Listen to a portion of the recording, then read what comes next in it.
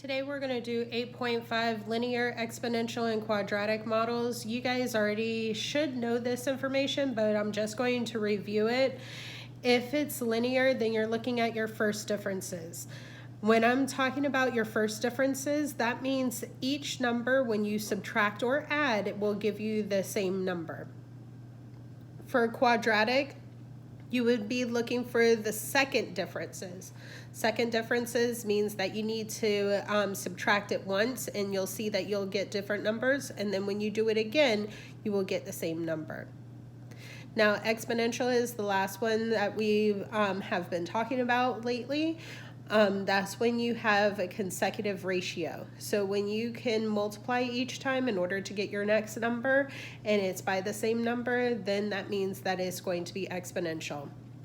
So here I have 4 examples, and all you're going to do is look to see if it's linear, quadratic, or exponential. So going from 1 to 3, 1 to 3 is 2. When you go 3 to 9, that is going to give you 6. So already, because these two numbers are different, I know that it cannot be linear. So I'm going to the next one, from 27 to 9. So I'm going to hit in my calculator. 27 minus 9. 27 minus 9 gives me 18.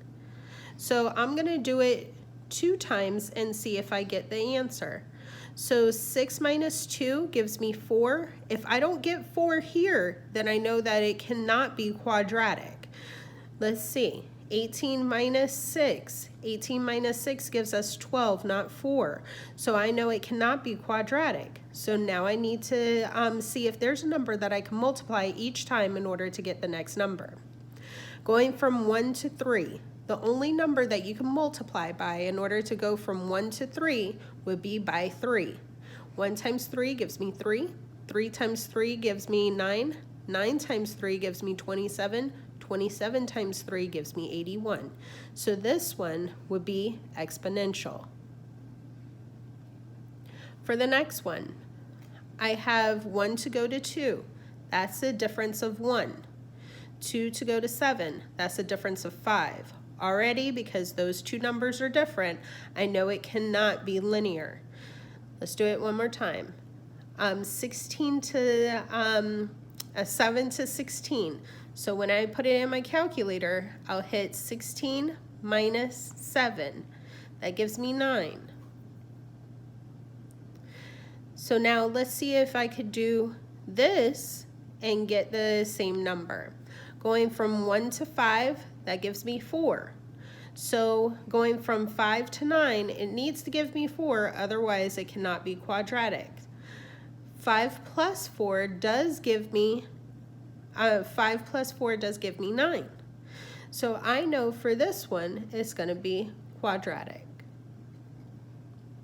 All right, for the next one, this one's a little bit tricky because it says -2. Going from -2 to 1, that means we're going up 3. Going from 1 to 10, that's going up 9. Already, again, I know that this is not going to be linear because these two numbers are not the same. So I need to see if I do it one more time, if I'm going to be able to see if it's quadratic. Going from 10 to 25, that gives me 15. Now, I need to make sure that this is going to give me the same number if I do it twice in order for it to be quadratic. 9 minus 3. 9 minus 3 gives me 6. 15 minus 9 gives me 6. So because both of those are the same, I know it has to be quadratic. All right, for the last example that I have here, I'm going from -6 to -3. That means I'm going up 3.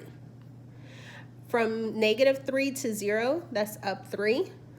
0 to 3, that's up 3. 3 to 6, that's going up 3. Notice that all of my numbers are the same. If all of my numbers are the same doing it the first time, then automatically that means that this is now linear. All right, for your assignment for today, you guys need to do your IXL. You're identifying whether it's going to be linear, quadratic, or exponential. If you have any questions, please make sure you contact me or come on Zoom in order for me to answer your questions live. Bye.